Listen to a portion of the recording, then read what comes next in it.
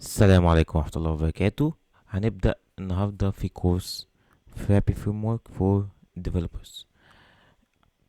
طيب الكورس ده موجه لمين؟ موجه إلى الديفلوبرز أو المطورين. لو انت مثلا implementer أو business owner أو كده ممكن تشتغل، بس لازم يكون عندك بعض البيزكس زي البايثون، شوية databases، قواعد بيانات، يعني الكلام ده كله. طيب هتلاقي الكلام ده فين؟ هتلاقيه على اليوتيوب الشانل بتاعتي، ممكن تبص عليه. انا منزل كورس بايثون، في شغل داتابيز نازل، ممكن تتفرج عليهم بعد كده ترجع تشتغل معانا في كورس Therapy Framework with ERP Next. طيب الكورس موجه للمطورين زي ما قلنا. فبالتالي هتحتاج شوية basics. برضو انت كديفلوبر بقى، كديفلوبر هتحتاج basics زي بايثون، محتاج شوية databases. لو جافا سكريبت تمام ما يدورش. برضو لو في اي حاجة واقعة منك ممكن ترجع للشانل بتاعتي، عليها بايثون وعليها database، ممكن تبص عليها برضو. طيب جميل اوي. طيب ايه هو Therapy Framework اللي هنشرحه ده، وايه هو ERP Next؟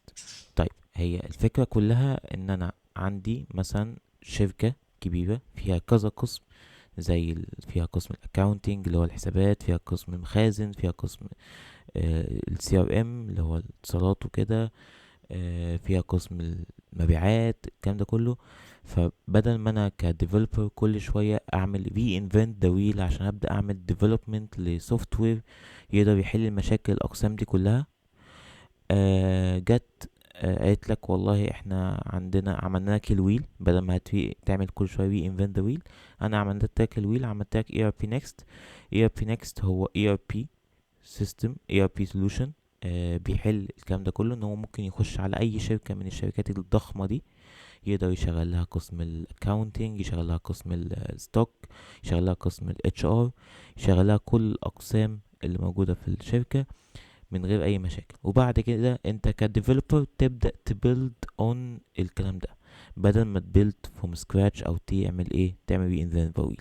يبقى انا بدل ما اروح استعين بفريم ورك خارجي بقى، باك اند وفرونت اند وداتابيز ديزاين، واقعد ابيلد في سيستم ممكن ياخد مني سنه سنتين، انا ممكن اديبلوي الاي ار بي نكست سولوشن بتاعي، وانا كديفلوبر اركز تركيزي كله يبقى على التطوير او الامبلمنتيشن الزياده اللي الشركه عايزاه. لان طبعا اي شركه بتاخد السوليوشن بتاع الاي ار بي هو تمام، بيبقى فيه كل الستاندرد بيزكس بتاع كل الموديولز، بس برضو كل شركه بتبقى عايزه التاتش بتاعتها كده، بتبقى عندها الفانكشناليتيز بتاعتها، الفيتشر بتاعتها، بتبقى عايزه تعمل انتجريشن مثلا مع شركات بره، شركات شحن، شركات حتى اللي هو الشركات الضخمة زي ميتا مثلا عايزين يعملوا انتجريشن مع واتساب، فيسبوك. طبعا ميزة اي ار بي نيكست ان هو آه، سهل جدا ان انت تبيلد عليه، تسكيل، كل الكلام ده سهل جدا، غير طبعا كمية الفيتشرز اللي فيه. طيب سريعا كده، هو ERP Next دي هي مجرد اسم ال ERP اب اللي اتبنى based on Frappy او Frappé framework. طيب فالاساس انا عندي هو Frappé framework. طب هو ERP Next بس اللي هو built on Frappé؟ لا طبعا، عندي apps كتير قوي. Frappé HR ده اب تاني ليه علاقة بال HR، مخصص لل HR او اللي هو الهيومن ريسورس او اللي هو الموارد البشرية. طبعا برضه يعتبر تبع ERP Next، بس هو Frappé framework لما نفهمه هنفهم هو شغال ازاي، الاركتكتشر بتاعته شغال على اساس ان انا بيبقى عندي مجموعة من الابس ببدأ ابيلد فيها اللي انا عايزه. يعني مثلا ممكن اب مخصص للاتش ار بس، اب مخصص للتعليم بس، اب مخصص، وهكذا. برضه هنفهم الحتة دي. اب دي يعني زي مثلا ابلكيشن، او بيفصل اللوجيك اللي ليه علاقة ببعضه في اب منفصل. طيب طبعا في ابلكيشنز كتير قوي مشهوره، بس اشهرهم اي ار بي نكست طبعا، وفي بي اتش ار اللي هو يعتبر تبع بعض، بس هم فاصلينهم في تو ابلكيشنز منفصلين، عشان مش كل الشركات محتاجه مثلا اتش ار معاها. فبدل ما تسطب اي ار بي نكست يبقى فيه كل حاجه، لا، انا اي ار بي نكست هو فيه البيزكس بس، اللي هو المبيعات والشراء والستوك وكده، وفصلوا هما الاتش ار. وكل فترة بيفصلوا موديول يعني في اب لوحده، بحيث ان انت تسطب كل اب منفصل. طيب تعال نتكلم سريعا ايه هو what is Flappy Framework. هو Flappy Framework ده هو عبارة عن full stack، بس بنقول عليه برضو batteries included، ودي من المميزات بتاعت Flappy. ايه ليه من مميزاته؟ طيب انا دلوقتي مثلا لو ديفلوبر او سوفت وير ديفلوبر رايح ابيلد سيستم مثلا مبيعات او سيستم ستوك، رايح اعمل له بيلد بقى مثلا بباك اند فريم ورك زي جانجو، مثلا فريم ورك زي نود جي اس، فريم ورك مثلا دوت نت. طيب انت عشان تري انفنت ذا ويل، لانك طبعا ما عندكش بيز تبني عليه، انت هتعمل ري انفنت ذا ويل.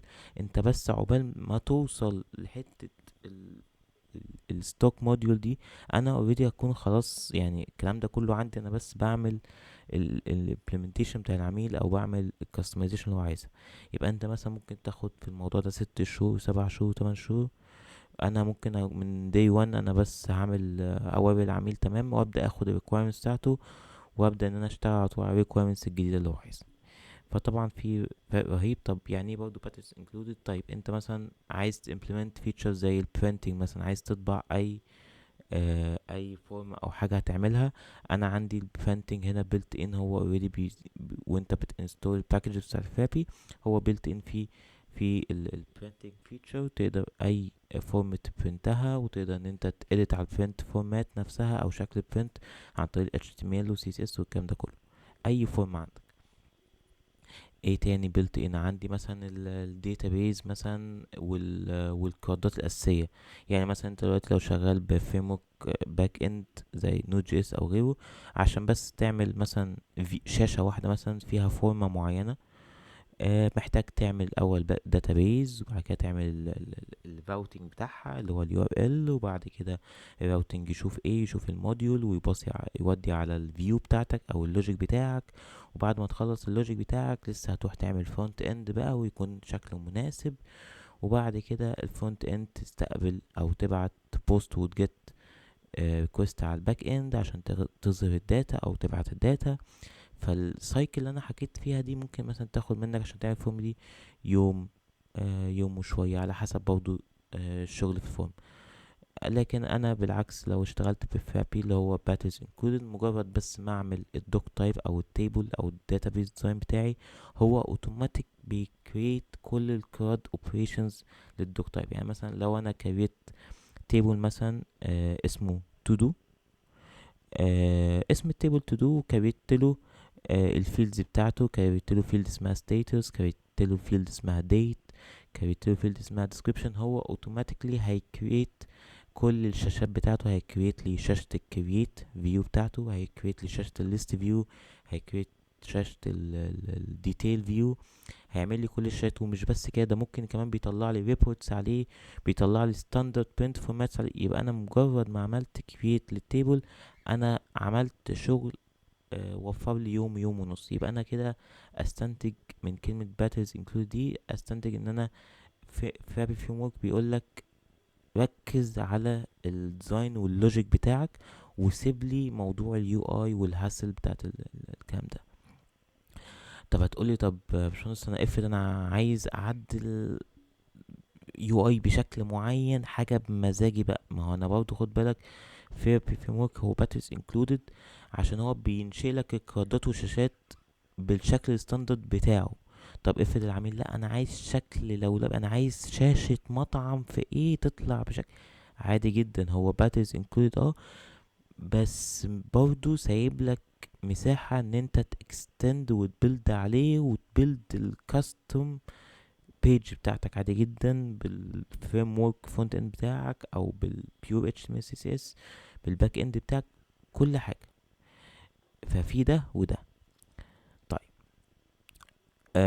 فبرضه احنا بنلجأ عادي ان احنا نخرج نكستند فابي فريم ورك ونعمل كاستمايزيشن بزياده على حسب طلب العميل.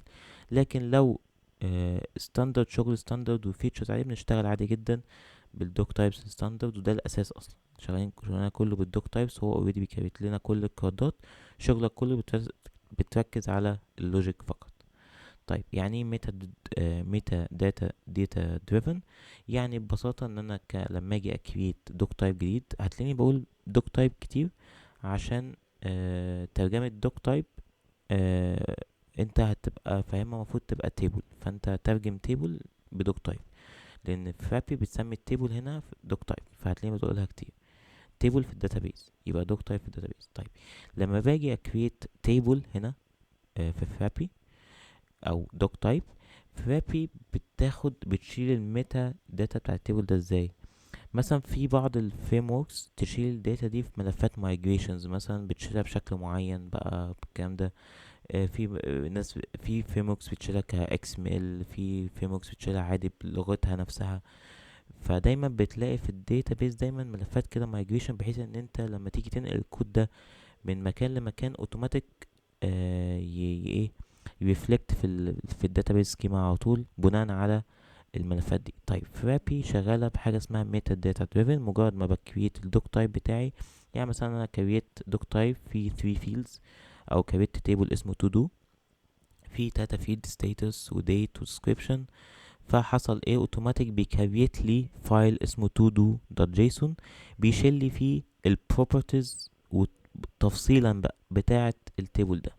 يبقى انا كده مجرد ما انقل الكود بتاعي ده في اي في اي سيرفر جديد وانستول وديبلوي، اوتوماتيك هيكريت لي السكيما بتاعت الايه الداتابيس بتاعتي بناء على الجيسون فايل. طيب هنبص كده، هو حتى جاب لك اهو، قال لك انا هعمل جدول اسمه تو دو، ده ترجمه الجيسون فايل اللي بيطلع.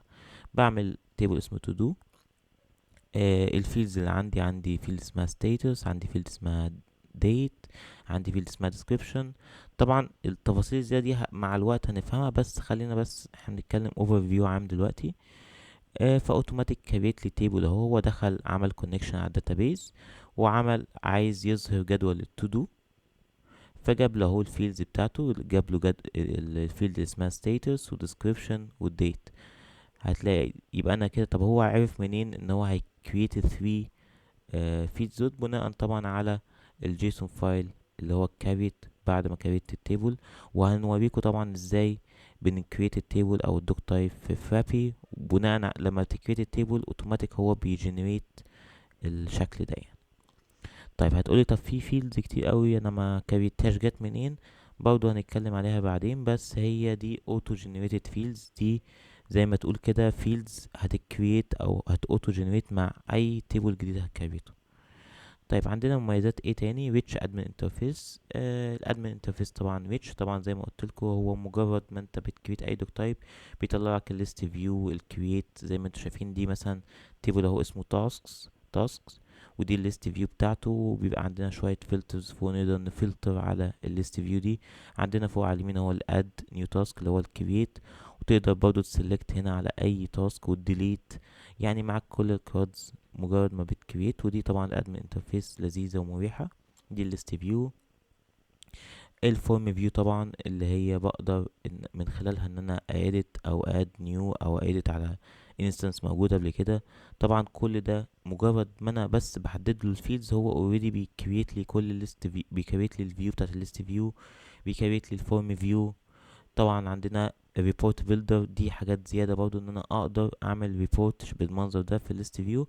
اعمل هنا اختار ريبورت فيو، يبدأ يظهر لي الليست فيو على شكل ريبورت. بستفيد ايه؟ بيستفيد ان انا عندي خانات او كولومز اكتر بقى، لان انا الليست فيو بيبقى محكوم شوية ببعض الكولومز بس اللي اقدر اطلعها.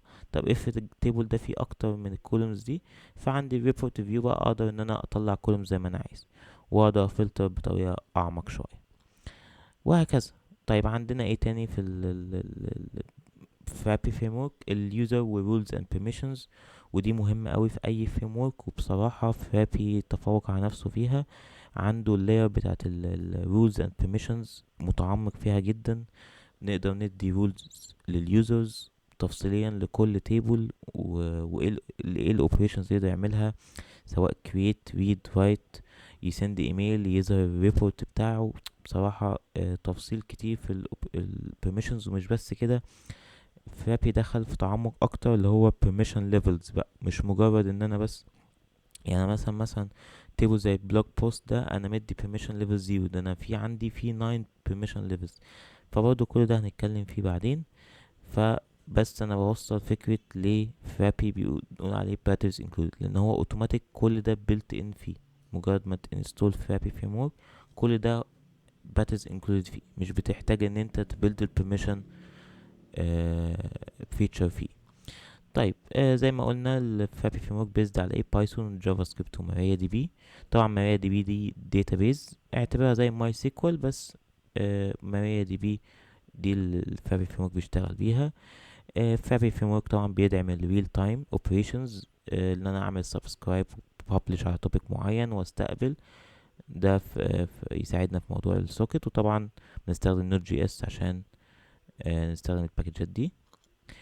عندنا كمان باك جراوند جوبز في البايثون، نقدر نعمل باك جراوند جوبز عادي جدا بترن. مثلا عايز كل ساعة اروح اتشيك على حاجة واعمل حاجة، فمهمة جدا. بيدعم برضو الباك جراوند جوب، كل ده بيلت ان.